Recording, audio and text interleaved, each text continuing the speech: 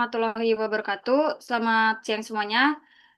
Di sini kami akan menjelaskan basic concept of gazebo. Sebelumnya, perkenalkan nama saya Rahel dan teman saya ada Peri, Abdul, dan Willy. Oke, selanjutnya saya akan menjelaskan building simple robot. Pertama-tama itu buat foldernya dulu di terminal itu ketik aja mkdir gazebo underscore project, terus masuk ke dalam folder gazebo projectnya dan buat nanobuilding underscore robot.sdf. Awal-awal tuh emang masih kosong. Tampilannya tuh ada di seperti gambar di bawah kiri itu. Oke, selanjutnya, oke, selanjutnya itu buka link yang tertera di sini, buka link gazebo-nya. Terus di bawah building a world ini salin aja kodenya, terus masukin ke dalam file nano building robot tadi.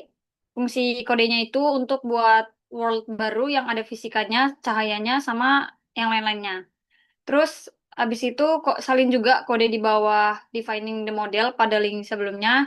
Terus dipaste di atas world name dan fungsi kodenya ini untuk menempatkan posisi default robot. Selanjutnya tambahin juga chassis, inertial property, visual and collision yang fungsinya untuk mendefinisikan satu robot lengkap di dalam simulasi yang punya bentuk, posisi, massa, sifat fisika, dan kemampuan berinteraksi di World Gazebo. Kalau udah, nanti tinggal disimpan aja terus di run world-nya. Nah, tampilannya itu kalau udah di run akan seperti ini. Udah muncul persegi panjang biru. Selanjutnya, habis itu edit lagi file nano building underscore robotnya. Terus ditambahin link sama dengan left underscore wheel di atas, di bawah link sama di atas model.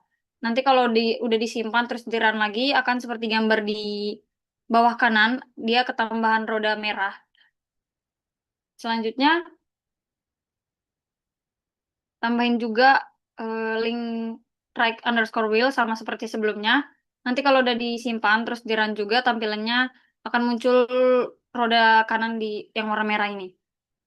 Selanjutnya, oke, habis itu edit lagi filenya, terus tambahin kode frame untuk buat titik acuan di robot agar bisa lebih mudah diatur. Terus tambahin juga link caster untuk free wheel-nya, dan tambahin join untuk left wheel agar roda kiri bisa berputar terhadap badan robot.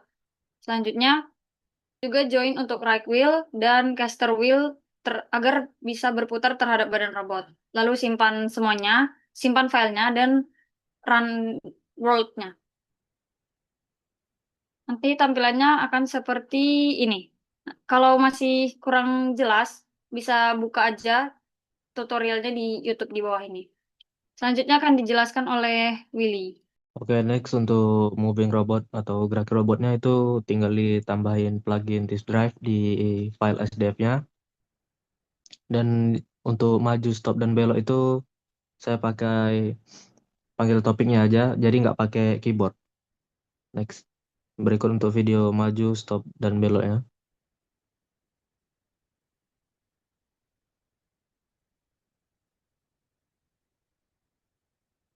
Jadi topiknya kita panggil dulu. Oke, lanjut untuk SDF Word itu. Contoh ini yang tampilan empty SDF Word itu bisa kalian panggil di terminal. Komennya gz underscore sim gz underscore empty.sdf, dan untuk bagian kanan itu sentry panelnya. Next. Berikut contoh file SDF untuk munculin robot di gazebo. Baiklah, jadi sekarang kita akan membahas mengenai simulasi sensor di dalam gazebo harmonix. Next. Di dalam gazebo harmonix sebenarnya sudah menyediakan simulasi sensor realistis untuk robot yang dimana terdapat berbagai plugin yang dapat digunakan. Sensor tersebut bisa digunakan untuk menghasilkan simulasi atau sensor yang dimana seperti di dunia nyata. Contohnya ada IMU, kontak, dan juga lidar yang biasanya di gazebo ini digunakan untuk testing tanpa menggunakan hardware yang nyata. Next. Bagaimana caranya kita untuk menggunakan sensor di dalam gazebo. Yang pertama adalah sensor harus didefinisikan di dalam file SDF. Kemudian yang kedua, sensor harus terpasang pada link robot atau objek yang dimana akan digunakan sebagai sensor tersebut. Yang ketiga, data tersebut akan dipublish melalui topik ROS atau gazebo. Kalau misalnya belum di bridge akan berada di topik gazebo. Yang keempat, membutuhkan plugin sistem yang dimana ditampilkan berikut ada IMU, kontak dan juga LIDAR. Next. Berikut adalah contoh simulasi di mana mensimulasikan sensor IMU.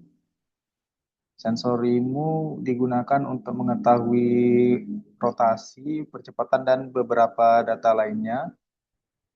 Next.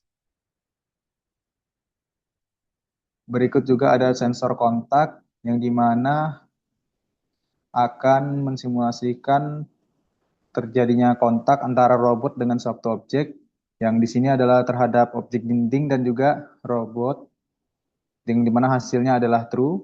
Next. Kemudian ada juga sensor LIDAR yang dimana disimulasikan di sini, yang tentu saja untuk mengetahui jarak antara robot dan juga dengan objek, suatu objek, contohnya di sini adalah dinding, yang dimana hasil print dari topiknya adalah sebagai berikut, yang ditampilkan di terminal di samping. Baiklah, next. Oke, sekian saja mengenai sensor. Saya rasa bisa dilanjutkan oleh Mbak Ferry untuk aktor.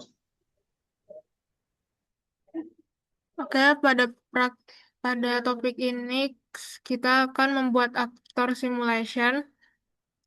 Jadi aktor ini merupakan objek animasi yang dapat bergerak mengikuti lintasan yang telah dibuat. Nah, di sini yang pertama, saya buat dulu folder proyek dan folder worlds-nya sebagai tempat penyimpanan file simulasi. Lalu, di sini saya membuat filenya dalam format SDF, kemudian menambahkan Physics Engine, lalu setelah itu menambahkan beberapa plugin bawaan Gazebo yang digunakan untuk menjalankan simulasi fisika, user comments, memungkinkan pengguna berinteraksi dengan simulasi. Baru yang keempat, saya menambahkan pencahayaan berupa directional light yang berfungsi sebagai cahaya matahari, seperti cahaya matahari gitu di simulasinya. Terus, selanjutnya saya menambahkan ground plane sebagai permukaan tempat aktor berada. Setelah itu, menambahkan aktor dengan nama aktor walking. Dan ini adalah isi dari file SDF-nya. Nanti di simulasinya akan tampak aktor seperti pada gambar ini yang dapat berjalan. Sekian presentasi dari kelompok kami. Berikutnya akan dibacakan pertanyaan dari teman-teman kelompok lain. Oke, untuk pertanyaan pertama itu mengapa dan kapan kita perlu menggunakan gazebo? Jadi untuk jawaban itu, gazebo digunakan untuk menguji dan mengembangkan robot secara aman serta efisien sebelum diterapin ke bentuk fisik atau robot aslinya. Dan simulasi ini biasanya digunakan pada tahap pengembangan, terutama ketika robot belum ada atau mengurangi risiko kerusakan pada pengujian. Untuk nomor 2 itu apa yang terjadi jika nilai wheel radius atau wheel separation pada plugin disk drive tidak sesuai? Itu jawabannya pergerakan robot jadinya nggak akurat dan bisa lebih cepat atau lebih lambat dari yang seharusnya, serta sudut beloknya menjadi salah karena parameter tidak sesuai dengan dimensi robot. Dan untuk pertanyaan terakhir atau pertanyaan ketiga itu mengapa komunikasi menggunakan topik seperti command file lebih dipilih dibandingkan program yang langsung mengontrol motor?